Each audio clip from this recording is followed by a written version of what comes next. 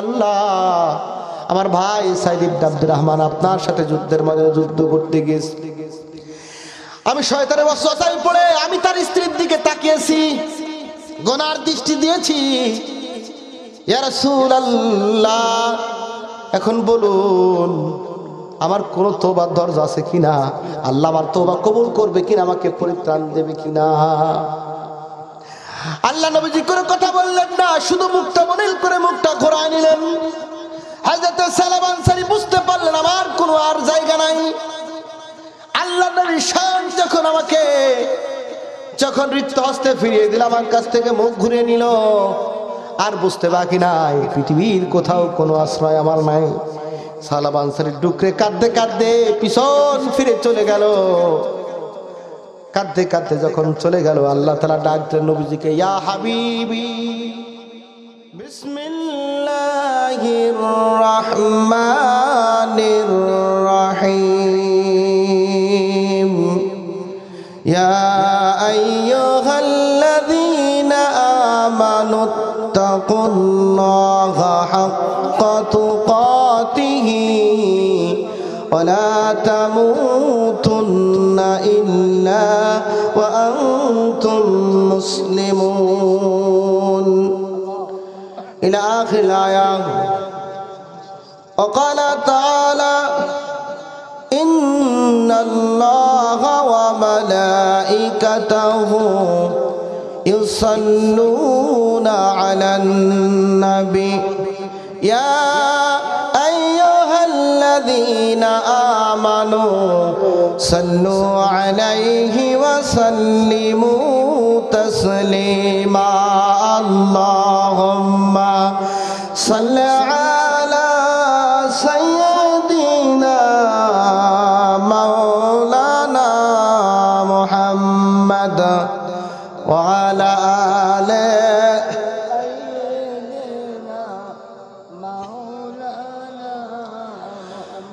হৃদয়ের সবটুকু ভাব ভালোবাসা আবেগ উজাড় করে দিয়ে আমরা সকলেই আওয়াজকে বুলন্দ করে জোরে সোরে পড়ছি, আল্লাহুম্মা সাল্লি আলা সাইয়্যিদিনা মাওলানা মুহাম্মাদ।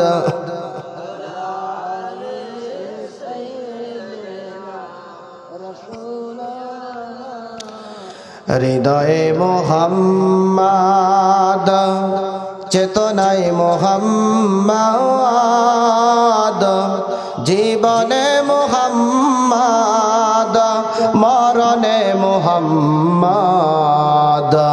হৃদয়ে মুহাম্মাদ। আল্লাহুম্মা সাল্লি আলা সাইয়্যিদিনা মাওলানা মুহাম্মাদ।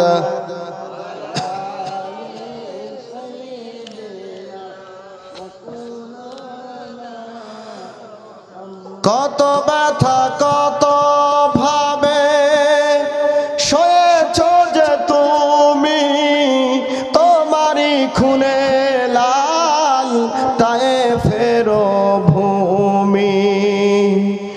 কত ব্যথা কত ভাবে সয়েছ যে তুমি, তোমারই খুনে লাল তায়েফের ভূমি। ফেরেশতা এসে যায় ধ্বংসের হুকুম, লৌহ মাখা মুহাম্মদ প্রাণেতে হাজরাত।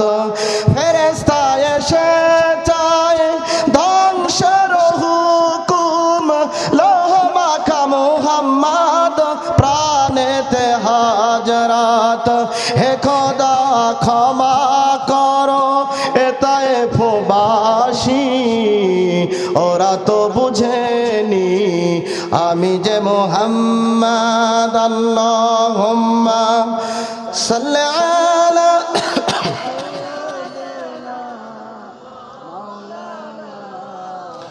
ওয়া আলা আলি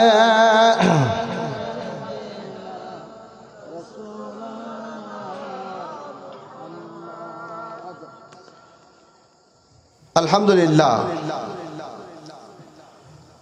মোলাটুলি দিয়ারপাড়া জামে মসজিদ উদ্যোগে আয়োজিত আজকের এই ঐতিহাসিক তাফসীরুল কোরআন মাহফিলের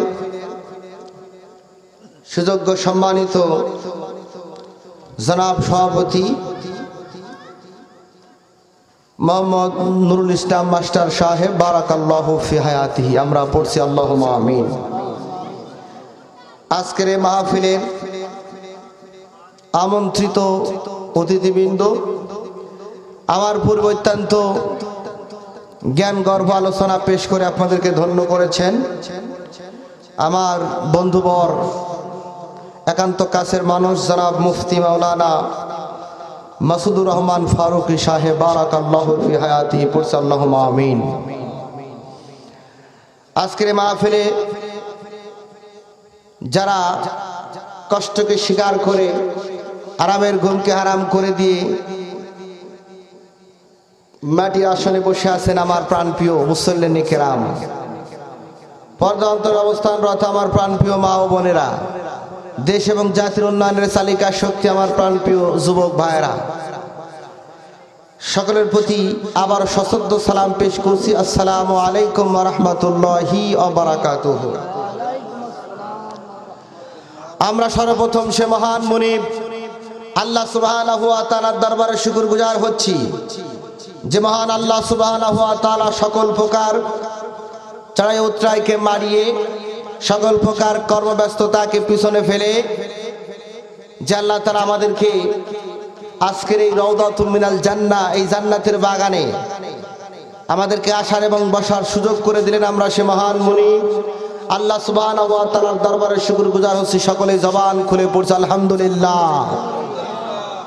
দ্রুত সালাম পেশ করছে এই মহামানবের প্রতি, যিনি নির্যাতিত, নিগৃহীত, নিষ্পেষিত আর্থ মানবতার পাশে দাঁড়িয়ে কায়েম করেছে সোনালী সমাজ, উপহার দিয়েছেন ন্যায় এবং ইনসাফ ভিত্তিক সমাজ ব্যবস্থা।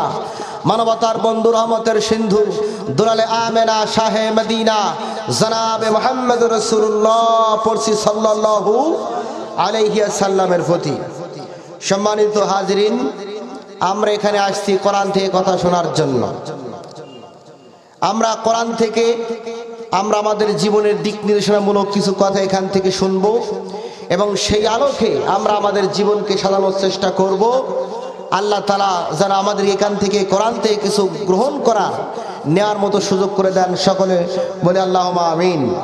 সেই সাথে আজকের এই মাহফিলকে অত্র এলাকায় যত মানুষ দুনিয়ার থেকে বিদায় হয়ে নিদ্রায় নিদ্রিত হয়ে গেছে, প্রত্যেকের নাজাতের উসিলা হিসেবে যেন আল্লাহ তাআলা আজকের মাহফিলকে কবুল করেন, সকলে পড়ছি আল্লাহুম্মা আমিন। সম্মানিত হাজিরিন, আমি আপনাদের সামনে মহাগ্রন্থ আল কোরআনুল কারীমের সূরা আলে ইমরান, আল কোরআনের সিরিয়াল দিতে ধারাবাহিকতায় 3 নম্বর সূরা আলে ইমরান। এই সূরা আলে ইমরানের একটি আয়াতি কারিমা তেলাওয়াত করেছি, এর উপরে সারসংক্ষেপ কিছু কথা আলোচনা রাখার ইচ্ছা করেছি। আল্লাহ আমাকে বলা, আপনাদের শোনা, সেই সাথে আমাদের উভয়কে মানার তৌফিক দান করুন, সকলে বলে আল্লাহুম্মা আমিন। তো আমরা কোরআন থেকে আলোচনা শোনার পূর্বে কিছু কথা, যে কোরআন থেকে আমরা কথা শুনবো, সেই কোরআনের শ্রেষ্ঠত্ব এবং মর্যাদা নিয়ে আমরা কিছু কথা শুনবো। তার আগে আমার কাছে একটু আক্ষেপের বিষয় হচ্ছে এটাই, যে এই জনপদ তো হিন্দু অধ্যুষিত জনপদ নয়। কোরআনের আলোচনা মানুষ কি করে ঘরের ভিতরে থাকতে পারে? উচিত ছিল কোরআনকে শোনার জন্য এখানে আসা। এখানে বাজারে যত লোক রয়েছে তার মানে কি বলবো, শিকি ভাগ লোক এখানে নাই। তা আসলে আল্লাহর রহমত বরকত আমরা কিভাবে পাবো? আমাদের এক উস্তাদ উদাহরণ দিত, একটা উদাহরণ দিতে এভাবে, একজন ভিক্ষুক ছিল, ভিক্ষা করত, গ্রামকে গ্রাম পায়ে হেঁটে ভিক্ষা করত। এক গ্রাম থেকে আর এক গ্রামের যে ডিস্টেন্স, এই পথ পাড়ি দিতে গিয়ে তো লোক পাইতেন রাস্তায়। রাস্তায় লোকজন যখন থাকতো না, তখন খালি বলতো আল্লাহ দাও, আল্লাহ দাও, এরকম করে বলতো, আল্লাহর কাছে চাইতো। আর যখন লোক পাইতো লোকের কাছে চাইতো। তো ফেরেশতা একদিন বলছে, আল্লাহ, এটা কিন্তু সনদ জিজ্ঞেস করে বলতে পারবো না, আমাদের উস্তাদ উদাহরণ দেওয়ার জন্য বলতো, শুনেছি সেই কথা আপনাদের কাছে বলছি, শিক্ষার জন্য একটি বিষয়। তো ফেরেশতারা বলল, আল্লাহ তোমার বান্দা এত চাই তোমার কাছে, তো দাও না আল্লাহ, তোমার তো অফুরন্ত ভান্ডার। তা আল্লাহ বলল, ফেরেশতা আমি তারে দিতে চাই, দিলেও নিতে পারবে না, আমি দিলে পারো সে নিতে।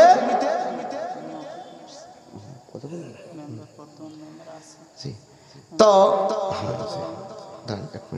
তো আমি তো দিতে চাই, কিন্তু সে নিতে পারবে না। তো ফেরেশতা বলে, আল্লাহ এটা কোন কথা হলো যে আপনি দিবেন আর আপনার বান্দা নিতে পারবে না? ঠিক আছে, পরীক্ষা হয়ে যাক। তো বলছে ঠিক আছে, ওই রাস্তা দিয়ে আসতেছে, রাস্তার সামনে একটা বড় একটা সোনার একটা খণ্ড রেখে আসে, বিরাট একটা সোনার খণ্ড রেখে আসছে। এবার ও চিন্তা করলো মনে মনে, আচ্ছা আমু ভিক্ষি করি, কানাও ভিক্ষি করে। তা কানারা চোখে দেখে না, ওরা পথ চলে কেমন করে, ও চোখ বন্ধ করে একটু দেখি দিই কিরকম করি কানা বিক্রি করে, চোখ বন্ধ করি লাঠি নিয়ে কানা কানা খেলতেছে। এবার যেই জায়গায় যে সোনার টুকরা পড়ে রয়েছে ওইখানে কানা কানা চোখ বন্ধ কানা কানা খেলতেছে। এবার কিছু যাওয়ার পরে তাহলে কানা কানা খেলবো না, তাহলে তাকে চলে যাচ্ছে পথ। এবার বলেন সে সোনাকে পাবে? আল্লাহ বলছে, ফেরেশতা দেখলে আমি তাকে দেওয়ার জন্য দিলাম, সে নিতে পারল না। তা আল্লাহ রহমত কল্যাণ বরকত দেওয়ার জন্য আল্লাহ প্রস্তুত। আল্লাহ বলছেন, ওই যা কুরিয়াল কোরআন ফাসতামিউ লাহু ওয়ানসিতু লাআল্লাকুম তুরহামুন, যেখানে কোরআন তেলাওয়াত করা হয় যদি মানুষেরা চুপ থেকে নীরবে নিঃশব্দে মনোযোগ দিয়ে শোনে, আল্লাহ সেখানে রহমত বর্ষণ করে। তাহলে এখানেই আল্লাহর রহমত কল্যাণ, এখানে মানুষ নাই। যেখানে আল্লাহর গজব সেখানে মানুষের একেবারে কুলঠাই নেই। তো সময় তাড়াতাড়ি না, আমাদের একজন মেহমান আছেন, অতিথি আছেন, তিনি কথা বলবেন। হ্যাঁ, বর্তমান মেম্বার এনামুল হক সাহেব, তা আপনি একটু আসুন, কথা বলে একটু দোয়া নিয়ে নেন অল্প সময়। জি, আর কে এটা কি? আর মেম্বার পদপ্রার্থী মিলন নামের এক ভাই, উনি 500 টাকা নগদ দান করে গেছে। মিলন মন্ডল। বিসমিল্লাহির রহমানির রহিম।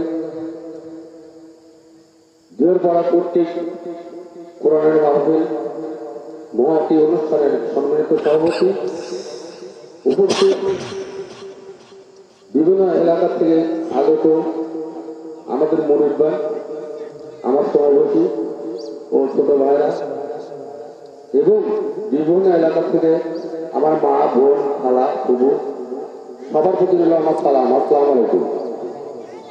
আমরা আজকে এই মহৎ অনুষ্ঠানে আসছি আল্লাহর কিছু বাণী শোনার জন্য। এই বাণীগুলো শোনার পরে আমরা সবাই বাসায় যাই, আজকে যে হুজুর কিছু কোরআনের বাণী বলবেন, আমরা সবাই এই বাণীগুলা শুনে বাসায় যায় সবাই সবার মতো চেষ্টা করবো সেইগুলো মানতে। কারণ আমরা আইছি হায়াতের দুনিয়ায়, কখন যেন চলে যাব। আলো পাখির জন্য আমাদের পাঠাইছে শুধু তারই গতদের জন্য। আল্লাহ দলিল কি বোঝায়? এ আল্লাহ দলিল মানুষ, আপনি আমি। তাহলে আমরা মানব করে জন্ম নিয়েছি, মানব সেবা করবো এবং তার পাশে একটু আল্লাহ ইবাদত করবো, পাশে কিছু কর্ম করে সৎ পথে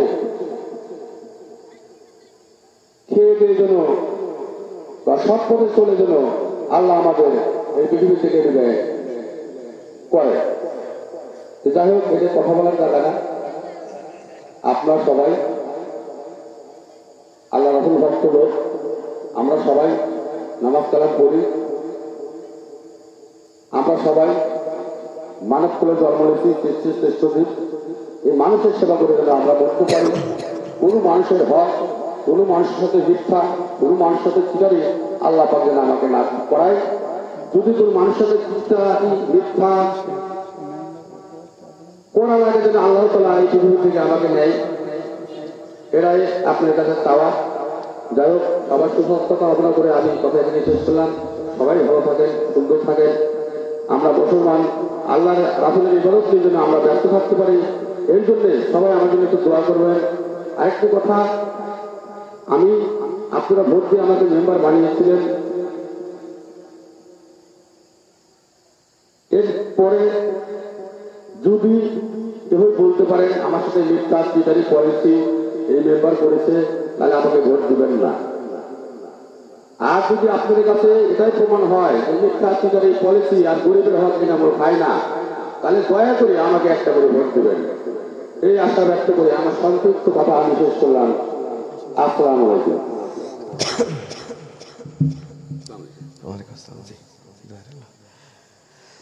জি সম্মানিত হাজরিন, আমরা কথা শুনবো। আমাদের একজন মেম্বার প্রার্থী সম্ভবত কাশেম শেখ নাম, উনি 1000 টাকা নগদ দিয়েছেন, বাকি 2 বস্তা সিমেন্ট বাকিতে যারাই দিচ্ছে সকলের জন্য আন্তরিক দোয়া রইল। আমাদের বর্তমান মেম্বার সাহেব কিছু টাকা দিয়েছে, যাক সকলের দানকে আল্লাহ কবুল করুন। আমরা পরিশেষে দোয়া করব সবার জন্য, মনোযোগ দিয়ে শুনবেন। মুক্তাসার কিছু কথা বলবো, আপনারা থাকবেন তো ইনশাআল্লাহ, না চলে যাবেন? আমরা একটু দোয়া শরীক হই, গুরুত্বপূর্ণ কথা হবে ইনশাআল্লাহ। তো এখন আসেন আমরা চলে যাচ্ছি কোরআনের, যে কোরআন নিয়ে কিছু কথা শুনবো, সেই কোরআনের একটু শ্রেষ্ঠত্ব নিয়ে কথা শুনি। এই কোরআনের ভিতরে কোনো প্রকার সন্দেহ আছে কি? কোরআন যত ঐতিহাসিক তথ্য দিয়েছে, বর্তমান ভূতত্ত্ববিদ যারা আছে তারা কোনো তথ্যকে মিথ্যা প্রমাণ করতে পারে নাই। রামরাজা যুধিষ্ঠির একবার ধর্মদেবতাকে প্রশ্ন করলো, ধর্মদেবতায় পৃথিবীতে অসংখ্য ধর্ম আছে, আর প্রত্যেকটা ধর্মের ধর্মগ্রন্থ আছে, তা আপনি বলুন তো এতগুলি ধর্মগ্রন্থের ভিতরে পৃথিবীতে সঠিক ধর্মগ্রন্থ কোনটি? ধর্মদেবতা বলল, ও রামরাজ যুধিষ্ঠির, আজকে নিভৃতে নির্জনে যখন আপনি আমার কাছে জানতে চেয়েছেন পৃথিবীতে এত শত ধর্মের ভিতরে সঠিক ধর্মগ্রন্থ কোনটি, আমি আপনার কাছে মোটেও সত্য লুকাবো না। তাহলে শোনো, বেদা বিভিন্ন, শ্রুতিয়া বিভিন্ন, দশমনজ্জ সংমতং বিভিন্ন, ধর্মসং তথ্যং নিহিতং গহয়ং মুহাম্মাদং, চিৎকার মেরে কোন আল্লাহু আকবার। ধর্মদেবতা বলল, ও রামরাজ যুধিষ্ঠির, বেদা বিভিন্ন, বেদ শাস্ত্রের ভিতরে ভিন্নতা রয়েছে, শ্রুতিয়া বিভিন্ন, বেদ শাস্ত্রগুলি হলো শুনে শুনে লেখা, শ্রুতি বাক্য শ্রুতিয়া বিভিন্ন, শুনে শুনে লেখা হয়েছে, যার কারণে ছন্দের কোনো মিল নাই, একটা মাত্রার কোনো মিল নাই। দশমনজ্জ সংমতং বিভিন্ন, এই ধর্মগ্রন্থের মধ্যে 10 জন ব্যক্তির 10টা মত উপস্থাপন করা হয়েছে, যার কারণে এই বক্তব্যের একটা বক্তব্যের সাথে কোনো প্রকার ধারাবাহিকতা নাই, সবগুলি অমিল গড়মিল। এবার আপনারা বলুন তো, গোটা পৃথিবী জুড়ে আল্লাহর কোরআন আছে না না? সৌদির কোরআনের সাথে বাংলাদেশের কোরআনের মিল আছে না নাই? আবার বাংলাদেশের কোরআনের সাথে ইন্দোনেশিয়ার কোরআনের মিল আছে না নাই? গোটা পৃথিবী জুড়ে খুঁজবেন, এরপর একটা জের জবর পর্যন্ত আপনি কোনো প্রকার ভুল ত্রুটি খুঁজে পাবেন না।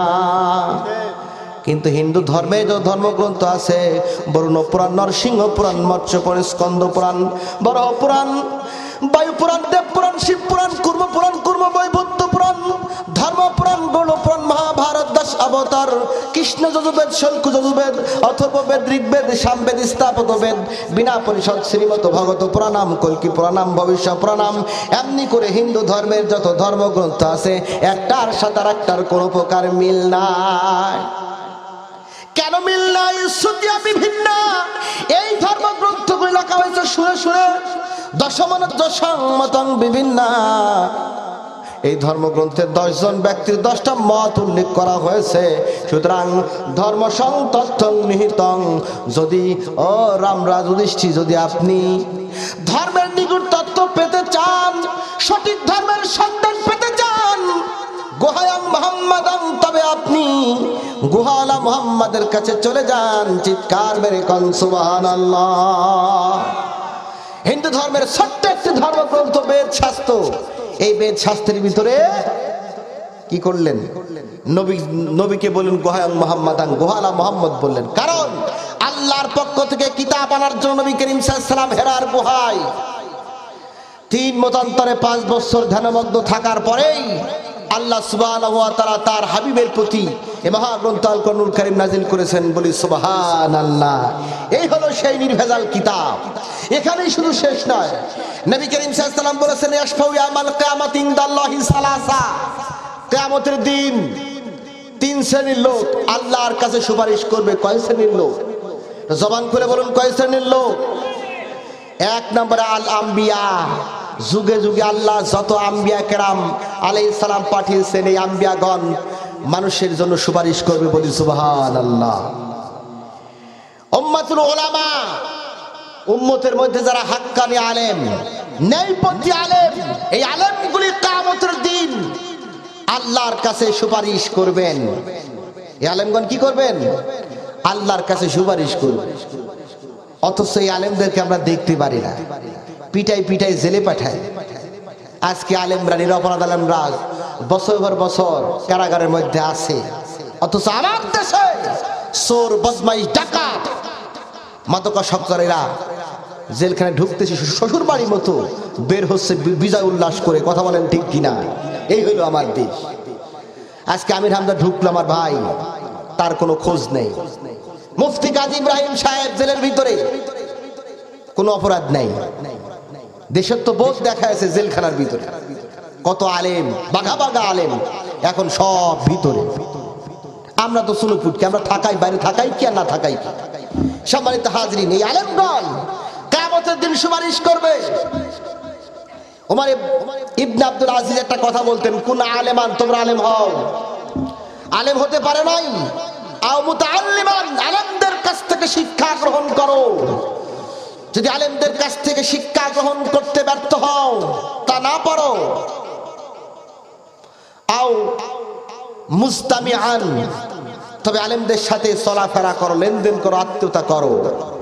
এটাও যদি সক্ষম না হও, আও মুহিব্বান, ওদেরকে ভালোবাসো। তাও যদি না পারো, ফালা তাকুন খামসান, 5 নম্বর হয়েও না। তার মানে আলেমদের সাথে বিদ্বেষ পোষণ করো না, ওদের সাথে শত্রুতা করো না। 4টা অপশন বললেন। 1 নম্বরে ওদের আলেম হও, পারো নাই। আলেমদের কাছ থেকে শিক্ষা নাও, তাও পারো নাই। আলেম দেখে চলাফেরা করো, লেনদেন উঠা বসা করো। এতে যদি না পারো, ওদেরকে দূর থেকে হলে ভালোবাসলে ভালোবাসো। তাও যদি না পারো, অন্তত পক্ষে শত্রুতা করো না। যদি করো, ফাতুহলিক, তবে ধ্বংস হয়ে যাবে। অথচ সেই আলেমদের সাথে আমাদের শত্রুতা। আলেম ধরো, আলেম ঢুকাও জেলখানায়। সময় হাজির। এরপরে 3 নম্বরে সুপারিশ করবে উম্মাতুশ শুহাদা, যারা আল্লাহর জমিনে আল্লাহর দ্বীনকে প্রতিষ্ঠা করতে গিয়ে বুকের তপ্ত রক্ত দিয়ে রাজপথকে রক্তে রঞ্জিত করেছে, বাতিলের পক্ষ থেকে আঘাতপ্রাপ্ত হয়ে জীবন দিয়ে দিল। এই মানুষগুলি শহীদ। এই শহীদরা কিয়ামতের দিন আল্লাহর কাছে সুপারিশ করবে। আল্লাহর হাবিব সাল্লাল্লাহু আলাইহি সাল্লাম বলেন, এই 3 শ্রেণীর লোক ব্যতীত আরেকটা জিনিস আল্লাহর কাছে সুপারিশ করবে। সেই জিনিসটা কি? নবী করিম সাল্লাল্লাহু আলাইহি ওয়াসাল্লাম বলেছেন, মা মিন শাফিইন আযামু মুনসিরাতান ইনদাল্লাহি ইয়াউমাল কিয়ামাতি মিনাল কুরআন। এই 3 শ্রেণী ব্যতীত আরেকটা জিনিস আল্লাহর কাছে সুপারিশ করবে, সেটা হলো আল্লাহ তাআলার কোরআন। বলি সুবহানাল্লাহ। আল্লাহ বলেন, লা নাবিয়ুন লা মালাকুন লা গায়রুহু, কোরআন যেই সুপারিশ করবে, কোরআন যার পক্ষে সুপারিশ করবে, এই কোরআনের সুপারিশ এত শক্তিশালী হবে, নবীদের সুপারিশ পর্যন্ত কোরআনের সমকক্ষ হতে পারবে না।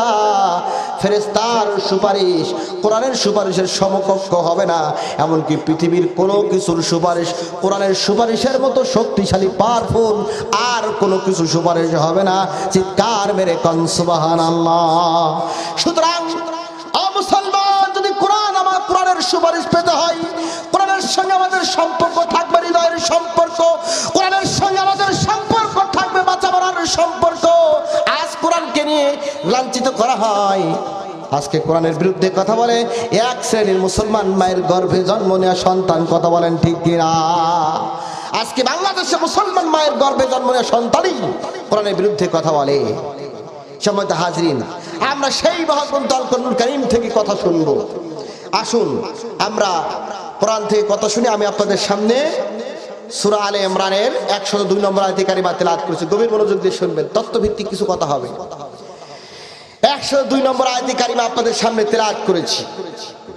এই সূরা আলে ইমরান, এই সূরার ভিতরে মোট আয়াত হলো 200টি। এর ভিতরে আমি আপনাদের সামনে 102 নম্বর আয়াতে কারিমা তেলাওয়াত করেছি। আয়াতে কারিমা আল্লাহ বলছেন, ইয়া আইয়ুহাল্লাযীনা আমানু তাকুল্লাহা হাক্কা তুকাতিহি ওয়া লা তামুতুন্না ইল্লা ওয়া আনতুম মুসলিমুন। আল্লাহ বলেন ইয়া আইয়ুহাল্লাযিনা আমানু, হে বান্দারগণ, ইত্তাকুল্লাহ হাক্কা তুকাতিহি, আল্লাহকে ভয় করো, ভয় করার মতো ভয় করো। যেইভাবে আল্লাহকে ভয় করা উচিত বান্দা, সেইভাবেই আল্লাহকে ভয় করবা। হক আদায় করে আল্লাহকে ভয় করো। এবার একটু কান লাগান। আল্লাহ বললেন হাক্কা তুকাতিহি, সত্য সত্য আল্লাহকে ভয় করো, হক আদায় করে আল্লাহকে ভয় করবা। আর 2 নম্বর কথা, ওয়ালা তামুতুন্না ইল্লা ওয়া আনতুম মুসলিমুন, আর কখনো মুসলিম না হয়ে মৃত্যুবরণ করবা না। এখন বলুন তো, মৃত্যু দেওয়ার মালিক কে? অথচ আল্লাহ বলছে বান্দা খবরদার খবরদার, মুসলমান না হয়ে মৃত্যুবরণ করবা না। এ কথা আল্লাহ কেন বললেন ব্যাখ্যা পরে আসেন। প্রথম অংশ 2টা অংশ, একটা হলো আল্লাহকে ভয় করার মতো, 2 নম্বর অংশ হলো মুসলমান না হয়ে মারা যাবে না। প্রথম অংশ নিয়ে কথা শুনি। এখন আল্লাহ বললেন আল্লাহকে ভয় করার মতো ভয় করে, একটু কান লাগাবে না। আল্লাহকে ভয় করার মতো আল্লাহ বলছেন হাক্কা তুকাতি, আল্লাহর যে শান যে মান, আল্লাহকে হক আদায় করে ভয় করা পৃথিবীর কোন মানুষের পক্ষে সম্ভব হবে না। আল্লাহ জানেন এই আয়াত যদি আল্লাহ রাখেন, তাহলে মানুষ শুধুমাত্র একটি আয়াতের কাছে পৃথিবীর সমস্ত মানুষ ধরা খেয়ে যাবে, পাকড়াও হয়ে যাবে। এজন্য আল্লাহ তাআলা এই আয়াতের প্রথম অংশ মানসুখ করে দিয়েছেন, রহিত করে দিয়েছেন। রহিত মানে কি? যে কোরআনের একটি হুকুম আর একটা হুকুমকে বাতিল করে দেয়, এটাকে বলা হয় নাসিখ আর মানসুখ। তাহলে পরে এই আয়াতটি মানসুখ আয়াত, অর্থাৎ হুকুম আর নাই, তেলাওয়াত হবে কিন্তু হুকুম আর কি নাই। একটু কথা বলবেন তো। এই আয়াতটাকে মানসুখ করলো কোন আয়াত? সূরা আত-তাগাবুন 16 নম্বর আয়াতে আল্লাহ বলেন ফাত্তাকুল্লাহা মাস্তাতাতুম, তোমরা আল্লাহকে ভয় করো তোমাদের সাধ্য অনুযায়ী। কি অনুযায়ী? সাধ্য অনুযায়ী তোমরা আল্লাহকে ভয় করো। যদি আল্লাহ এই আয়াতে কারিমা নাজিল না করতেন, তাহলে ওই আয়াতের কাছে আমরা পাকড়াও হয়ে যেতাম। তাহলে তোমরা ভয় করবে তোমাদের সাধ্য অনুযায়ী, তোমরা আল্লাহকে ভয় করো তোমাদের সাধ্য অনুযায়ী। ফাত্তাকুল্লাহ মাস্তাতাতুম, এই কথা বলে আল্লাহ তাআলা সহজ করে দিলেন। নবীরা যেভাবে আল্লাহকে ভয় করতে পেরেছে, আমরা ওইভাবে পারবো না। সাহাবা আজমাইন রিদওয়ানুল্লাহি তাআলা, তারা যেভাবে আল্লাহকে ভয় করেছে, আমরা তাদের মতো আল্লাহকে ভয় করতে পারবো না। লা ইউকাল্লিফুল্লাহু নাফসান ইল্লা উসআহা, আল্লাহ তাআলা বান্দাকে তার সাধ্যের অতীত বোঝা চাপায়ে দেন না। তাহলে পারে আল্লাহকে ভয় করতে হবে সাধ্য অনুযায়ী। আপনার যেইটুকু সাধ্য আপনি সেইভাবে আল্লাহকে ভয় করবেন, কিন্তু আল্লাহকে ভয় করতে হবে। আল্লাহ ভীতির মধ্য দিয়েই মানবতার কল্যাণ, মানবতার সফলতা। আল্লাহর বরকত এবং কল্যাণ পেতে হলে আপনাকে আল্লাহ ভীতি তাকওয়া নিয়ে আপনাকে পথ চলতে হবে। আল্লাহ তাআলা বলেন তাহানা আলাইহিম বারাকাতিম মিনাস সামাই ওয়াল আরদ, আমি আল্লাহ সুবহানাহু ওয়া তাআলা আসমান আর জমিনের নিয়ামতের দ্বারকে উন্মুক্ত করে দিতাম। বলি সুবহানাল্লাহ। জান্নাতে যাবেন, জান্নাতে যাওয়ার জন্য আল্লাহ সুবহানাহু ওয়া তাআলা শর্ত লাগাই দিলেন। আল্লাহকে ভয় করে যে সমস্ত বান্দারা পথ চলবে, নিজের জীবন চালাবে, আল্লাহ সুবহানাহু ওয়া তাআলা ওই সমস্ত বান্দাদেরকে জান্নাত দান করে দিবেন। আবার আল্লাহ তাআলা বলেন ওসি কাল্লাযীনা তাকাউ রাব্বাহুম ইলাল জান্নাতি যুমারা, ওসি কাল্লাযীনা তাকাউ রাব্বাহুম ইলাল জান্নাহ। ওই কিয়ামতের দিন আল্লাহর ফেরেশতারা যারা আল্লাহকে ভয় করে পথ চলেছে, জীবন কাটিয়েছে, এই মানুষগুলিকে আল্লাহর ফেরেশতারা হাঁকিয়ে হাঁকিয়ে জান্নাতের ভিতরে ঢুকায় দিবেন। ওয়াসিক আসিয়াক, অসিক হাঁকিয়ে হাঁকিয়ে তাড়িয়ে তাড়িয়ে আল্লাহর ফেরেশতারা বান্দাদেরকে জান্নাতে ঢুকায় দিবেন। বলি সুবহানাল্লাহ। আপনারা হাঁকানো বুঝেন? রাখাল বালক মাঠে মাঠের মধ্যে বিরাট ছাগলের পাল চড়াচ্ছে। হঠাৎ করে আকাশে মেঘ ঘনীভূত হয়ে গেল।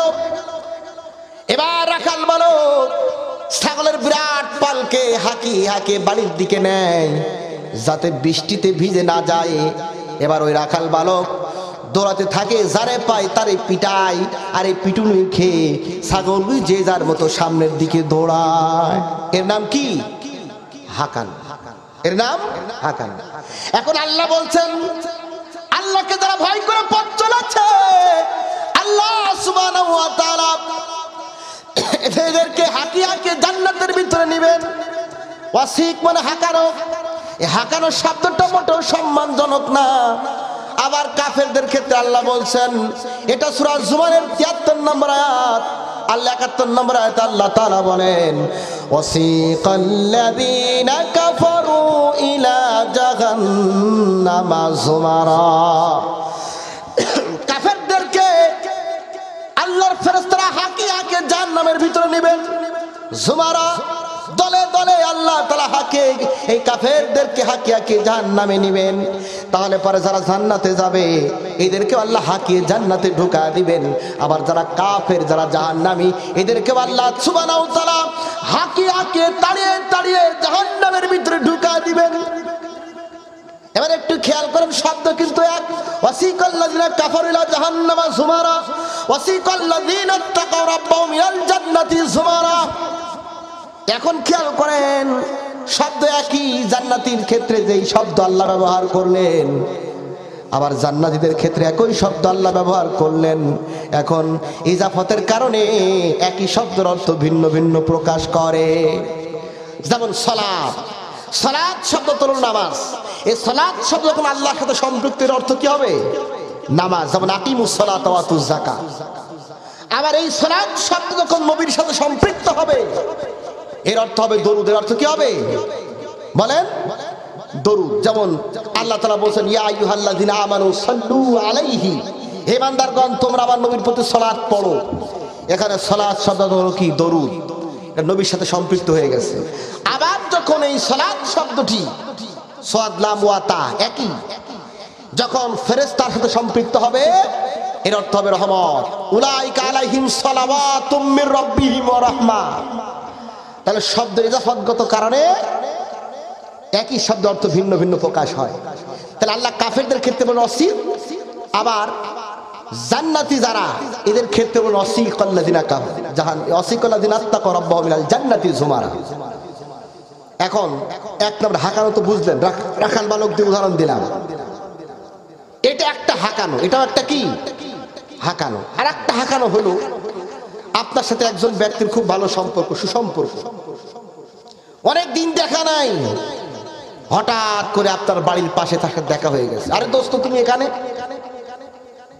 আশ্চর্য গেছে, এতদিন দেখা না, দীর্ঘ সময় দেখা না, অন্তরঙ্গ সম্পর্ক তার সাথে। আরে দোস্ত তুমি এখানে? হ্যাঁ একটা কাজে আসছিলাম। দোস্ত এটা তো আমার গ্রাম, এটা আমার বাড়ি, এই পাশে আমার বাড়ি। দোস্ত এতদিন পরে তোমার পাইছি, আসছি কিন্তু ছাড়তেছি না, চলো আমার বাড়ি চলো। লোকটি বললো, ভাই আমি তো একটা বিশেষ কাজে আসছি, আজকে সময় না, আজকে যাবো না। তখন ওই বন্ধু বলছে, দোস্ত কোনো কথা সময় আসো, আসো ওই বাড়ি আসো। হাঁকা, এটা এটা কি হাঁকানো। ওটাই রাখাল বালক যেমন করে তাড়ে, ওটাও হাঁকানো, এটাও হাঁকানো। দুই হাঁকানোর ভিতরে পার্থক্য আছে না নাই? আছে না? কাফেরদেরকে আল্লাহর ফেরেশতারা পিছন দিক থেকে হুল মারবে, পিটাবে, আর বলবে, বান্দা নামাজ পড়স নাই, রোজা রাখস নাই, আল্লাহর বিধান মোতাবেক জীবন গড়স নাই। আর যারা আল্লাহর গোলামি করেছে, আল্লাহর কোরআন প্রেমিক বান্দাদেরকে কষ্ট দিয়েছো, এমনি করে এক একটা অপরাধের কথা বলবে আর পিছন দিক থেকে পিটাতে থাকবে। এই পিটুনি খেয়ে খেয়ে জাহান্নামীরা দলে দলে জাহান্নামের ভিতরে নিক্ষিপ্ত হয়ে যাবে। আর যারা রবকে ভয় করেছে, রবকে ভয় করেছে, এদেরকে আল্লাহর ফেরেশতারা ডাকবে। আল্লাহর ফেরেশতারা বলবে, তিলকাল জান্নাতুল্লাতী উরিসতুমুহা, ও বান্দা ওই যে জান্নাত, ওই জান্নাতের উত্তরাধিকারী তুমি, বিমা কুনতুম তা'মালুন, ও বান্দা এটা তোমার কর্মের প্রতিদান। ও বান্দা এই জান্নাত লাভের জন্য আরামের ঘুমকে হারাম করে দিয়ে শীতের সকালবেলায় ঠান্ডা পানিতে ওযু করে নামাজ পড়েছো, ইসলামী আন্দোলন করেছো, ইসলামী শিকার হয়েছে, হত্যার শিকার হয়েছে, তোমার পরিবার ক্ষতিগ্রস্ত হয়েছে। বান্দা রাত্রে বাড়িতে ঘুমাতে পারো নাই, দিনের পর দিন ফেরারির মতো করে চলেছ। ও বান্দা, আজকে তোমার কর্মের প্রতিদান, এই হলো তোমার জান্নাত। সালামুন আলাইকুম তিবতুম ফাদখুলুহা খালিদিন। আল্লাহর পক্ষ থেকে তোমাদের জন্য সালাম, শান্তি আর শান্তি। বান্দা, তোমরা সেই জান্নাতের ভিতরে প্রবেশ করো। নুজুলাম মিন গফুরির রহিম। দয়াময় আল্লাহর পক্ষ থেকে তোমাদের জন্য রয়েছে জান্নাতের ভিতরে মেহমানদারিতা। বলি সুবহানাল্লাহ। তাহলে পারে আল্লাহ ভীতির মধ্য দিয়ে আপনি জান্নাত যেতে পারবেন। জান্নাতে যাওয়ার জন্য আল্লাহ ভীতি লাগবে, আল্লাহকে ভয় করতেই হবে। এবার একটু খেয়াল করেন, আল্লাহ ভীতি আপনি কেমনে আল্লাহকে ভয় করবেন। সাহাবীদের জীবনী থেকে একটি দৃষ্টান্ত আপনাদের সামনে উপস্থাপন করতে চাই। হাদিসটি বর্ণনা করেছেন নবীজির প্রখ্যাত সাহাবী হযরতে আলী ইবনে আবি তালিব রাদিয়াল্লাহু তাআলা আনহু। তিনি বলছেন, লাম্মা খান নবী সাল্লাল্লাহু আলাইহি ওয়াসাল্লাম বাইনাল আনসারি ওয়াল মুহাজিরিন। আল্লাহর নবী যখন মক্কার মুহাজির সাহাবী আর আনসার সাহাবীদের মধ্যে ভ্রাতৃত্ব সম্পর্ক যখন আল্লাহ নবীজি তৈরি করে দিলেন, ওই মক্কায় যারা হিজরত করেছে, নিজস্ব ব্যবসা বাণিজ্য, প্রতিষ্ঠিত ব্যবসা বাণিজ্য, আগান বাগান ঘর বাড়ি ছেড়ে রিক্ত হস্তে ইসলামের জন্য যারা নবীর সঙ্গে সঙ্গী হয়ে ওই মক্কা থেকে যে সমস্ত সাহাবায়ে কেরাম মদিনায় হিজরত করলেন, এদেরকে বলা হয় মুহাজির, দেশত্যাগী। আর যে সমস্ত মানুষেরা এই দেশ থেকে মানুষ মুহাজিরকে আশ্রয় দিল, এদেরকে বলা হয় আনসার। এখন মক্কার মুহাজির সাহাবী যখন মদিনাতে আসলো, এতগুলি মানুষের আগমন হঠাৎ করে মদিনার অর্থনৈতিক অবস্থার উপর একটা প্রেশার পড়লো, চাপ পড়লো।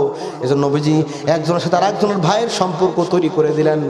আর ওই সমস্ত ভাইরা নিজের সম্পদের ওয়ারিশ পর্যন্ত ওদেরকে বানিয়ে নিলেন। বলি সুবহানাল্লাহ। আরব ইন্ডিয়ার কালচার হলো একজন পুরুষ একাধিক বিয়ে করে, তাদের তিনটা বউ তাদের সামনে নিয়ে আসছে, ভাই আপনার কোন বউটা পছন্দ? যেটাকে পছন্দ করেছে ওটাকে তালাক দিয়ে শরিয়া মোতাবেক তার সাথে বিয়ে দিয়ে দিয়েছে। এরকম দৃষ্টান্ত পৃথিবীতে কোন জাতি এরকম ভ্রাতৃত্বের দৃষ্টান্ত উপস্থাপন করতে পারে না।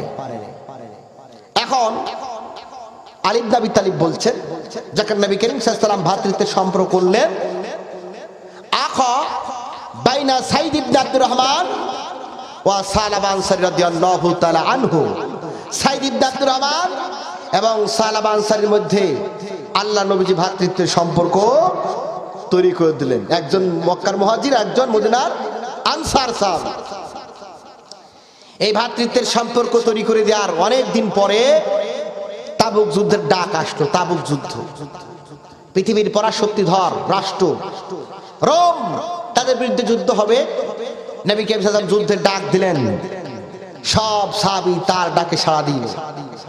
এখন সব সাহাবী যদি রাসূলের সঙ্গে সঙ্গী হয়ে যুদ্ধে যায়, মদিনা পুরুষ শূন্য হয়ে যাবে, মদিনার প্রতিরক্ষা ব্যবস্থা ভেঙে যাবে, বহিঃশত্রু আক্রমণ হলে পারে ক্ষতিগ্রস্ত হবে। জন্য কিছু লোক সেখানে রেখে গেলেন। তার ভিতরে রাখলেন হযরতে সালাবা আনসারীকে, সেখানে মদিনায় রাখলেন। তার কাজ হলো মেয়েরা যে রান্না বান্না করে, এই জন্য খড়ি খায় ব্যবস্থা করে দেওয়া, কুয়া থেকে পানি তুলে কাজে সহযোগিতা করা, এই হলো টুকিটাকি কাজ ছিল। এরকম কিছু সাহাবী যারা মদিনায় রয়ে গেল। আল্লাহ নবী 30,000 সৈন্য নিয়ে চললেন মদিনা থেকে একেবারে 700 কিলোমিটার দূরে, একেবারে আপনার বর্তমানে জর্দানের কোল ঘেঁষে সেখানে গেলেন যুদ্ধ করতে রোমান সৈন্যের বিরুদ্ধে। এখন এই যে সালাবা আনসারী, তিনি তার দায়িত্ব পালন করতেছে। কাজ করতে গিয়ে এক সময় ওই যে সাইদ ইবনে আব্দুর রহমান, তার স্ত্রী সম্পর্কে হাদিসে আসছে, কানাত ইমরাতু জামিলাতু। সাইদ ইবনে আব্দুর রহমানের স্ত্রী ছিল মারাত্মক সুন্দর। এই যে বারে বারে চলতে ফিরতে কয়েকবার তার দৃষ্টিতে পড়ে গেছে। শয়তান তাকে প্ররোচিত করলো। শয়তান যখন তাকে প্ররোচিত করলো, শয়তানের অসহায় পড়ে সুযোগ বুঝে এক সময় ঘরের ভিতরে প্রবেশ করেছে আসক্তি নিয়ে। সাইদ ইবনে আব্দুর রহমানের স্ত্রী হাতটা ধরেছে, যে হাত ধরেছে সে মনে করছে তার স্ত্রী হয়তো তার ডাকে সাড়া দিবে। হাত যেই ধরেছে অমনি করে সাইদ ইবনে আব্দুর রহমানের স্ত্রী বললেন, ইয়া সালাবা ইত্তাকিল্লাহ ওয়া মা হাফিজতা হুরমাতা খাকাল গাজি ফি সাবিলিল্লাহ। ও সালাবা ইত্তাকিল্লাহ, আল্লাহকে ভয় করো। তোমার ভাই সাইদ ইবনে আব্দুর রহমান আল্লাহ রাসূলের সাথে যুদ্ধের ময়দানে যুদ্ধ করতে গেছে। আমাদের সতীত্ব, আমাদের ইজ্জত আবরু তোমার হেফাজতে, এটা তোমার আমানত। ও সালাবা আনসারী, তুমি তো তোমার আমানত হেফাজত করতে পারছো না, তুমি তো তোমার আমানত রক্ষা করতে পারতেছো না। শুধু এইটুকু বলেছেন, এই ছোট্ট একটি কথা হযরতে সালাবা আনসারীর হৃদয়ের ভিতরে কম্পন সৃষ্টি করে দিল। আল্লাহর ভয় যেন হযরতে সালাবা আনসারীর হৃদয়ের মধ্যে কাঁপন তুলে দিল, ভীতি সৃষ্টি করে দিল। অমনি করে হাত ছেড়ে দিয়েছে, হাত ছেড়ে দিয়ে মাথাখানা নিচু করে ঘর থেকে বাইরে চলে আসলো। আল্লাহর কাছে কান্নাকাটি শুরু করে বলতে লাগলো, ইলাহি আনতা আমতানা আনতা ওয়াদু বিল মাগফিরা ওয়া রাওয়াদু বিযুনুব। ইলাহি আমি তো গুনাহ করতে থাকি, আর তুমি এমন এক মহাপরাক্রমশালী এক সত্তা, তুমি তো শুধু বান্দার গুনাহ মাফ করতেই থাকো। সুতরাং আল্লাহ আপনি আমার গুনাহটাকে আল্লাহ আপনি মাফ করে দেন। আমি তো কাঁদতেছে, কি করলাম, কেন ভুল করলাম, এ ভুল কেন করতে গিয়েছিলাম। হযরতে সালাবা আনসারী বাড়িতে চলে গেল। বাড়িতে তার ছোট্ট একটা মেয়ে ছিল, আর কেউ নাই, স্ত্রী নাই। ছোট্ট মেয়ে খিনসামাকে ডাক দিয়ে বলো, মা ইন্নাহু ক্বাদ আলকাদি নাফসিহি ফি বুহুরিল খাতা। তোমার পিতা এমন একজন মানুষ যে ব্যক্তি নিজেকে গুনার সাগরে ডুবিয়েছিল। আমা খিনসামা, আমার হাতে চিনজি লাগায় দাও, পায়ে বেড়ি লাগায় দাও, যতক্ষণ না পর্যন্ত আল্লাহর পক্ষ থেকে আমার জন্য কোনো ক্ষমার ঘোষণা না আসবে, ততক্ষণ পর্যন্ত আমি এভাবে নিজেকে নিজেই শাস্তি দিতে থাকবো। যতক্ষণ না পর্যন্ত আল্লাহর পক্ষ থেকে ক্ষমার কোনো ঘোষণা না আসবে, আমি নিজেকে নিজেই শাস্তি দিতে থাকবো। এমনি করে হাতে চিনজি লাগানো, পায়ে বেড়ি লাগানো, শুধু সেজদায় পড়ে কান্নাকাটি করে আল্লাহর কাছে, আল্লাহ মাফ করে দাও, একই বাক্য শুধু বলতে থাকে, কান্না করতে থাকে, রোনাজানি করতে থাকে। ইতিমধ্যে আল্লাহর নবী মুহাম্মদ রাসূলুল্লাহ সাল্লাল্লাহু আলাইহি সাল্লাম তাবুক যুদ্ধ থেকে ফিরে আসলেন। যুদ্ধ করা লাগে নাই, যুদ্ধ ছাড়াই আল্লাহ বিজয় দান করে দিয়েছেন। বলি সুবহানাল্লাহ। কাফেররা চিন্তা করলো, দেখেন নবী করিম সাল্লাল্লাহু আলাইহি সাল্লাম 30,000 সৈন্য নিয়ে গেছে, কাফেরদের সৈন্য সংখ্যা 3.5 লাখ। কত কাফেরদের? আর নবীদের কত? 30,000। তারা মনে মনে চিন্তা করলো, তারা একটা ক্যালকুলেশন করলো, মেজারমেন্ট করলো। মুতার যুদ্ধে আমরা ছিলাম 1 লাখ, আর মুসলমানরা ছিল কত? 3,000। তো 3,000-এর মোকাবেলা 1 লাখ করতে পারে নাই। একজন সমান 33 জন মোকাবেলা করতে পারে নাই। আর এবার ওরা আসতেছে 30,000, আমরা 3.5 লাখ, ওরা হলো 30,000। তার মানে আমাদের 12,000 হলে পারে। ওই মুতার যুদ্ধ অনুযায়ী 12,000 হলে যথেষ্ট ছিল, কিন্তু তার সংখ্যা 30,000। মুতার যুদ্ধে রাসূল স্বয়ং নেতৃত্ব দেন নাই, কিন্তু তাবুক যুদ্ধে আল্লাহ রাসূল স্বয়ং নেতৃত্ব দিচ্ছেন। সুতরাং এদের সাথে যুদ্ধ করে মোকাবেলা করা সম্ভব। ওরা পালায় বাড়ি চলে গেছে, তারা পালায় বাড়ি চলে গেছে, পালায় বাড়ি চলে গেছে। এখন রাসূল পাক সাল্লাল্লাহু আলাইহি ওয়াসাল্লাম যুদ্ধ ছাড়াই বিজয় নিয়ে ফিরে আসতেছেন। বিজয় নিয়ে যখন ফিরে আসলো, এই সংবাদ চলে গেল সালাবার কাছে, রাসূল পাক সাল্লাল্লাহু আলাইহি ওয়াসাল্লাম তাবুক থেকে ফিরে আসছে। এবার হযরত সাইদ ইবনে আব্দুর রহমান বাড়িতে এসে তার ভাইকে খোঁজ করতে লাগলো, আমার ভাই কই, সালাবা আনসারী কোথায়? হযরত সাইদ ইবনে আব্দুর রহমানের স্ত্রী বলল, প্রাণের স্বামীজি, আপনার ভাই সালাবা আনসারী শয়তানের ওয়াসওয়াসায় পড়ে কুদৃষ্টি দিয়েছিল আমার দিকে, আমার হাত স্পর্শ করেছিল। আমি যখন তাকে আল্লাহর ভয় দেখালাম, আমার হাত ছেড়ে দিয়ে যে বাড়ি থেকে বের হয়েছে আমি খবর জানি না। হযরত সালাম আনসারী চিন্তা করলাম আমি আবু বকরের কাছে যাই, তার কাছ থেকে একটু পরামর্শ নেই সে কি বলে। আবু বকরের কাছে গিয়ে বলতে লাগলো, ও আবু বকর, আল্লাহ নবীর সাহাবী, আমি সালাম আনসারী এমন একটা গুনাহ করেছি, আমার ভাই সাইদ ইবনে আব্দুর রহমান, যে লোকটি আল্লাহ রাসূলের সঙ্গে যুদ্ধের ময়দানে যুদ্ধ করতে গিয়েছিল, তার স্ত্রী ছিল আমার আমানত, আমি আমানত রক্ষা করতে পারিনি, তার দিকে লোলুপ দৃষ্টিতে তাকিয়েছি এবং আমি তাকে স্পর্শ করেছি। এখন বলুন তো, হাল্লি মিন তাওবা, আমার জন্য তওবার দরজা আছে নাকি? আমার জন্য কি কোনো তওবার দরজা আছে? এই কথা শোনার পরে আবু বকর প্রচন্ড ক্ষিপ্ত হয়ে গেল, ডাক দিয়ে বলে, ও সালাম আনসারী, এমন একজন পাপিষ্ঠ ব্যক্তি, তোমার জন্য কোন তওবার দরজা আছে বলে আমার মনে হয় না। উখরুজ মিনিং দিক, তুমি আমার কাছ থেকে দূর হয়ে যাও, তোমার মতো পাপিষ্ঠ ব্যক্তির চেহারা আমি দেখতে চাই না। হযরত সালাম আনসারী চললেন উমরের কাছে। উমরের কাছে গিয়ে বলে, উমর, আপনি আল্লাহ নবীজির একজন প্রখ্যাত সাহাবী, আপনার সপক্ষে আল্লাহ অনেক আয়াত নাজিল করেছে, আপনার ব্যাপারে, আপনার বিধানের ব্যাপারে, আপনি যে ব্যাপারে মত দিয়েছেন সেই ব্যাপারে। আমি তো একটা গুনাহ করে ফেলেছি, অসংখ্যবার আল্লাহর কাছে রোনাজারি করেছি, কান্নাকাটি করেছি, এখন বলুন তো আমার জন্য কোনো তওবার দরজা আছে কিনা? আমি তো আমার ভাই, যে ভাই আমার আল্লাহ রাসূলের সঙ্গে যুদ্ধের ময়দানে যুদ্ধ করতে গিয়েছিল, আমি তার দিকে লোলুপ দৃষ্টি তাকিয়েছি এবং তার হাত স্পর্শ করেছি, বলুন তো আমার জন্য তওবা হবে কিনা? ওমর ফারুক রাদিয়াল্লাহু তাআলা তিনিও ক্ষিপ্ত হয়ে গেলেন, আবু বকরের মতো করে বলল, উখরুজ মিনিং দিক, আমার কাছ থেকে দূর হয়ে যাও, তোমার মতো পাপিষ্ঠ ব্যক্তির চেহারা আমি দেখতে চাই না। ভক্ত হৃদয় নিয়ে আল্লাহর নবীর সাহাবী সালাম আনসারী চলে আসতেছেন, চলে গেলেন। এবার তিনি চিন্তা করতে লাগলেন, দুনিয়ার কোথাও আমার আশ্রয় হলো না, আমি সর্বশেষ আশ্রয়স্থল আল্লাহ নবীর কাছে যাব, আমার গুনার স্বীকৃতি দেব এবং আল্লাহ নবীকে বলবো, আল্লাহ নবী যেন আল্লাহর কাছে আমার পক্ষ থেকে ক্ষমা প্রার্থনা করে। হাঁটতে লাগলেন বিশ্ব নবীজির কাছে, হাঁটতেছেন, নবীজি দূর থেকে তাকিয়ে তাকিয়ে দেখতেছেন। যখন একটু কাছাকাছি হয়ে গেল, আল্লাহ নবীজি সালাবাকে দেখার পরে বললেন, ও সালাবা, এ কি হাল তোমার হয়েছে? এ কি হাল তোমার এই অবস্থা কেন?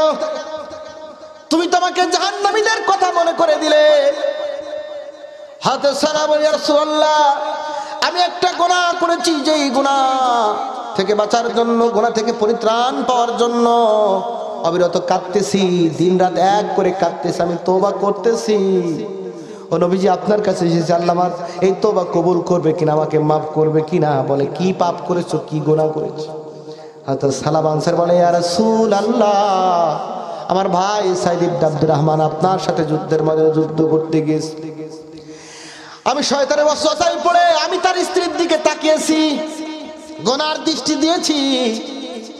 ইয়া রাসূলুল্লাহ, এখন বলুন আমার কোনো তওবার দরজা আছে কিনা, আল্লাহ আমার তওবা কবুল করবে কিনা, আমাকে পরিত্রাণ দেবে কিনা?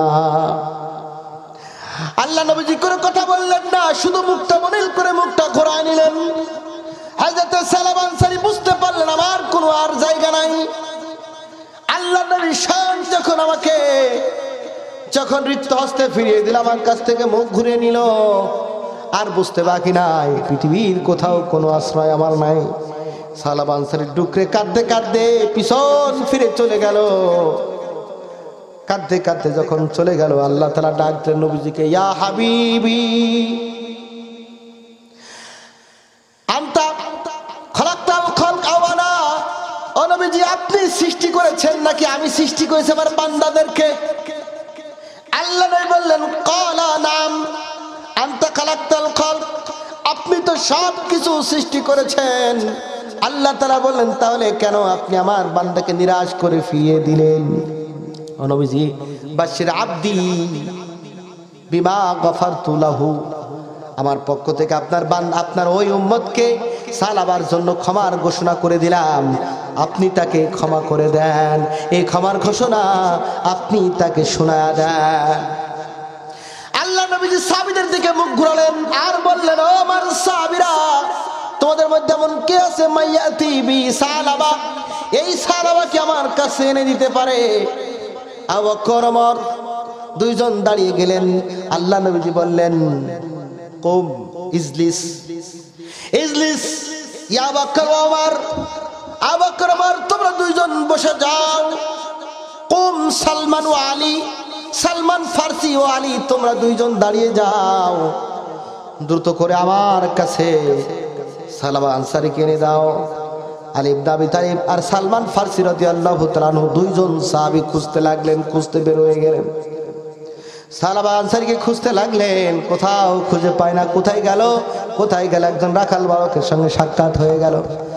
জিজ্ঞেস করলো, হাল রাআইতা রাজুলাম মিন আসহাবি রাসূলিল্লাহি সাল্লাল্লাহু আলাইহি ওয়াসাল্লাম। রাখাল বালককে জিজ্ঞেস করলো, তুমি কি আল্লাহ নবীর সাহাবীকে দেখেছো? রাখাল বালক বললেন, ইন্নাকুমা তাতলুবানে আল হারিবা মিন আযাবিল্লাহ, সম্ভবত তোমরা ওই ব্যক্তিকে, তোমরা দুইজন ওই ব্যক্তিকে খুঁজতেছো যে ব্যক্তি পাহাড়ের পাদদেশে একটি গাছ আছে, যে গাছের নিচে বসে সেজদায় পড়ে অবিরত কান্না করে, মনে হয় যেন আল্লাহর আযাব থেকে পালিয়ে বেড়াচ্ছে। আল্লাহর কসম, আমার জীবনে এমন ক্রন্দনকারী ব্যক্তি জীবনে দ্বিতীয়টি আর দেখি নাই, এমন কান্না করা ব্যক্তি আর আমি দেখি নাই। আলী ইবনে আবি তালিব বললেন, তাহলে উনি নিঃশব্দে উনি হলেন সালাবা আনসারী। তারা দ্রুত চলে গেল।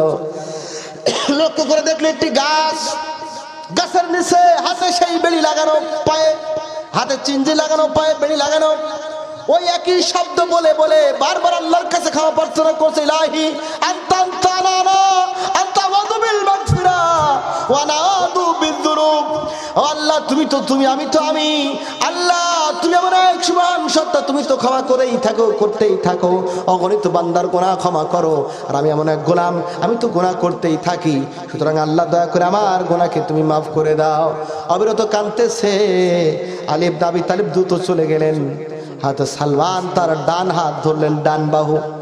আলী ইবনে আবি তালিব তার বাম বাহু ধরলেন, বাহুর ভিতরে হাত ঢুকা দিয়া উঁচু করে তুলতেছেন, তোলার চেষ্টা করতেছেন। না খেয়ে খেয়ে এত দুর্বল হয়ে গেছে যেন শরীরের সমস্ত হাড্ডি গুলি গোনা যায়, এত ক্ষীণকায়, এত দুর্বল হয়ে গেছে, নিজের শক্তিতে উঠতে পারে না। আলী ইবনে আবি তালিব ডাক দিয়ে বলে, ও সালাবা, আর কেঁদো না, আর দুঃখ করো না, আল্লাহর পক্ষ থেকে তোমার জন্য ক্ষমার ঘোষণা এসে গেছে। আল্লাহ সুবহানাহু ওয়া তাআলা তোমাকে ক্ষমা করে দিয়েছে। চলো আল্লাহ নবীজির কাছে চলো, আল্লাহ নবী তোমাকে স্বয়ং তালাশ করতেছে। আল্লাহ নবী দুইজন সাহাবী দুই বাহু ধরে উঁচু করে তুললেন, হাঁটতে পারে না। দুইজন সাহাবী দুইটা বাহু ধরে টেনে টেনে নিচ্ছেন। মরুর বুকে বালির উপরে হাজরত সালাবার বৃদ্ধাঙ্গুলি দিয়ে রেখা তৈরি হয়ে যাচ্ছে। এবার তারা অনেক কষ্ট করে তারা মসজিদে নববীর কাছে নিয়ে এলেন। ইতিমধ্যে বেলালের কণ্ঠে মাগরিবের আযান হয়ে গেল। আল্লাহ নবী সাহাবীরা মসজিদে নববীতে ঢুকে পড়লেন নামাজের জন্য। বেলালের কণ্ঠে ইকামত হয়ে গেল। আল্লাহ নবীজি ইমামতির মুসল্লায় দাঁড়িয়ে গেলেন। সমস্ত সাহাবী কাতারে কাতারবদ্ধ হয়ে দাঁড়িয়ে গেল। আল্লাহ নবীর সাহাবী, আল্লাহ নবী যার উপরে কোরআন নাজিল হয়েছে তার জবান দিয়ে কোরআন তেলাওয়াত হচ্ছে, বলি সুবহানাল্লাহ। নবী সূরা ফাতিহা তেলাওয়াত করলেন। ইতিমধ্যে এই নামাজের কাতারে সর্বশেষ মুসল্লি হিসাবে দাঁড়ালেন নবীজির তিনজন সাহাবী। মাঝখানে হযরত সালাবা আনসারী, ডান দিকে সালমান ফারসি রাদিয়াল্লাহু তাআলা আনহু, বাম দিকে হযরত আলী ইবনে আবি তালিব রাদিয়াল্লাহু তাআলা আনহু। আল্লাহ নবীজি সূরা ফাতিহা শেষ করে নবীজি তেলাওয়াত করতেছেন, আল্লাকুমুত তাকাসুর। যখন আয়াতটা নবীজি তার জবান দিয়ে তেলাওয়াত করলেন, তেলাওয়াত শেষ হয়ে গেল, হযরত সালাবা আনসারী বিকট আকারে একটা চিৎকার মারলেন। দ্বিতীয় আয়াত তেলাওয়াত করলেন, হাত্তা যুরতুমুল মাকাবির। সালমান দ্বিতীয় একটা চিৎকার মেরে বেহুশ হয়ে জমিনের উপরে পড়ে গেল। দাঁড়িয়ে বামে সালাম ফিরে নামাজ শেষ হয়ে গেল। হযরতে সাদি থেকে তুলে তার মাথাখানা বুকের কাছে রাখলেন, এরপরে কানটা তার নাকের কাছে নিয়ে বোঝার চেষ্টা করলেন সালাম আনসারী বেঁচে আছে না দুনিয়া থেকে বিদায় হয়ে গেল। আল্লাহ নবীজি বললেন, ইয়া সালমান ইমদা আলাইহিল মা, ওর মাথায় পানি ঢালো। হযরত সালমান ফারসি বলেন, ইয়া রাসূলুল্লাহ, পানি ঢেলে লাভ হবে না, কদ ফারাকাত দুনিয়া, আপনার সাহাবী তওবার আগুনে জ্বলতে জ্বলতে দুনিয়া ছেড়ে বিদায় হয়ে পরপারে পাড়ি জমায়েছে। সাহাবায়ে কেরাম হযরতে সালাম আনসারীকে ঘিরে দাঁড়িয়ে রয়েছে। সালাম আনসারী ছোট্ট মেয়ে খিনসামা সাহাবীদের ভিড় ঠেলে ভিতরে ঢুকে পড়লেন। তার পিতার নিথর দেহ পড়ে রয়েছে। ছোট্ট মেয়ে খিনসামা তার পিতার মাথার কাছে গেলেন, নীরবে নিঃশব্দে বসলেন। ছোট্ট নিষ্পাপ কুচি হাতখানা মাথার উপরে রাখলেন। ডুকরে কেঁদে বলেন, আব্বু, ছোট্টবেলায় মাকে হারিয়ে ফেলেছি, তোমার স্নেহে তোমার যত্নে বড় হচ্ছিলাম আব্বু, এখন তুমি আমাকে ছেড়ে দুনিয়ার থেকে চলে গেলে, আব্বু কাকে আব্বু বলে ডাকবো, কে আমার দেখভাল করবে? আব্বু তুমি কেন এভাবে চলে গেলে আমাকে ছেড়ে? আব্বু আমার যে কেউ রইল না, কাকে আব্বু বলে ডাকবো, কে আমার দেখাশোনা করবে আব্বু? মেয়েটি টুকরে টুকরে কাঁদতেছে। মেয়েটি আর্তনাদ শুনে বিশ্বনবী চোখ দিয়ে দাঁড় দাঁড় করে পানি ঝরতেছে। নবীজি এক পা দুপা করতে করতে ছোট্ট মেয়ে খিনসামার কাছে চলে গেল। আল্লাহর নবীজি খিনসামার মাথায় হাত রাখলেন আর বললেন, খিনসামা, আমি বিশ্ব নবী যদি তোমার দেখভাল করি, যদি আমি নবী তোমার দায়িত্ব নেই, আমি যদি তোমার পিতা হয়ে যাই, আয়েশা যদি তোমার মা হয়ে যায়, তাহলে কেমন হবে? ছোট্ট মেয়ে খিনসামা বলছে, ইয়া রাসূলুল্লাহ, বিশ্ব নবী যদি আমার পিতা হয়ে যায় আর আয়েশা যদি আমার মা হয়ে যায়, আমার মনে আর কোনো দুঃখ থাকবে না, আর কোনো কষ্ট থাকবে না, আমার চাইতো আর কে সৌভাগ্যবান হতে পারে? নবীজি বললেন, সাহাবীরা যাও যাও, আমার সালামাকে গোসল দিয়ে দাও, কাপড়ের কাপড় পরা দাও। সালামাকে নিয়ে যাওয়া হলো, এরপরে গোসল দেওয়া হলো, কাপড়ের কাপড় পরানো হলো। আল্লাহ নবীজি তার জানাজা পড়ার জন্য যখন আসতেছেন, আলী ইবনে আবি তালিব বলেন, আমি লক্ষ্য করে দেখি বিশ্ব নবী দুইটা বৃদ্ধাঙ্গুল উপরে ভর করে করে জানাজার নামাজ আসতেছেন। নবীজি জানাজার নামাজ পড়ালেন।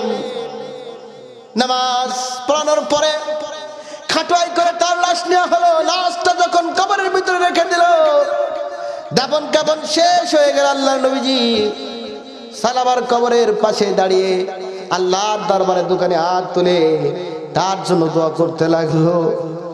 জানাজা শেষ হওয়ার পর আমি আল্লাহ নবীকে জিজ্ঞেস করলাম, ইয়া রাসূলুল্লাহ, আমি লক্ষ্য করে দেখেছিলাম আপনি যখন সালাবার জানাজার নামাজে শরীক হন, তখন আপনি দুইটা বৃদ্ধাঙ্গুলির উপরে ভর করে করে পথ চলছিলেন, কারণটা কি?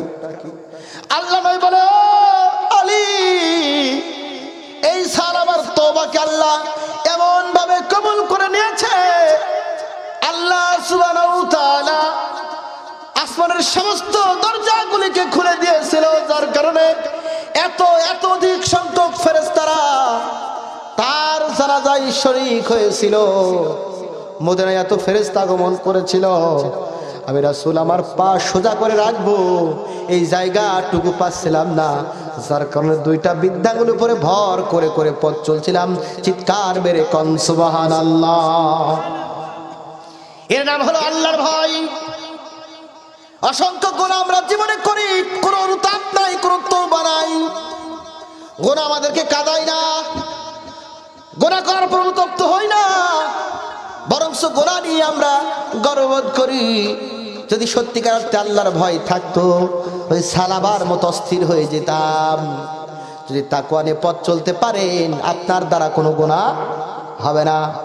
যদি একটা মানুষ তাকওয়া নিয়ে পথ চলতো, মানুষের প্রতি জুলুম করতে পারতো না, মানুষ অধিকার হরণ করতে পারতো না, অন্যায় ভাবে কারো বিরুদ্ধে মিথ্যা সাক্ষী দিতে পারতো না, কারো প্রতি জুলুম করতে পারতো না। এই জন্য মানুষকে পরিবর্তন করার জন্য যে মূল চাবিকাঠি সেটা হলো আল্লাহর ভয়। কথা বলেন ঠিক কিনা? যাদের হৃদয়ে আছে আল্লাহর ভয় তারা কভু পথ ভুলে যায় না। আল্লাহর প্রেম ছাড়া এই দুনিয়ায় কারো কাছে কোনো কিছু চায় না। যাদের হৃদয়ে আছে আল্লাহর ভয় তারা কভু পথ ভুলে যায় না। আল্লাহর প্রেম ছাড়া এই দুনিয়ায় কারো কাছে কোনো কিছু চায় না, কারো কাছে কোনো কিছু চায় না।